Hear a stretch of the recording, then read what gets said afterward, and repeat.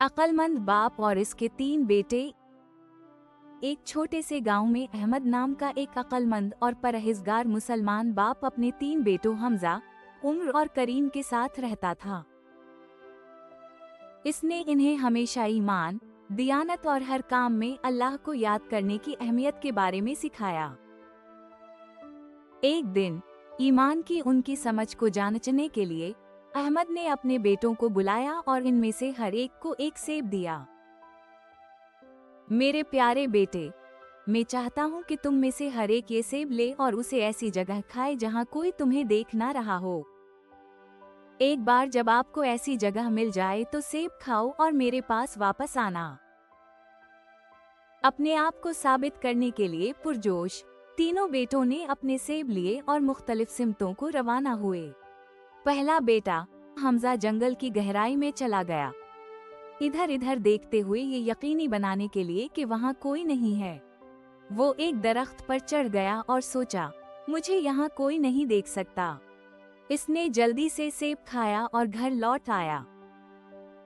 दूसरा बेटा उम्र गांव की मस्जिद के पीछे चला गया, इस बात को यकीनी बनाते हुए कि आसपास कोई न हो। इसने दीवारों के पीछे चेक किया और ये देखकर कि वहाँ कोई नहीं है, उसने अपना सेब खाया और घर लौट आया। तीसरा बेटा करीम, सबसे छोटा, गांव में घूमता फिरता था, ऐसी जगह ढूंढता था जहां कोई उसे ना देख सके। वो दरख्तों के पीछे, खाली कमरों के अंदर, यहाँ तक कि एक गार में भी चला गया, लेकिन हर बार उसने अपने आप को सोचा, अल्लाह हमेशा मुझे देख रहा है। घंटे गुजर गए लेकिन करीम ने सेब नहीं खाया।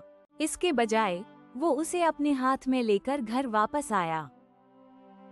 जब तीनों बेटे अपने बाप के सामने जुमा हुए तो उसने इनसे पूछा कि तुमने किया?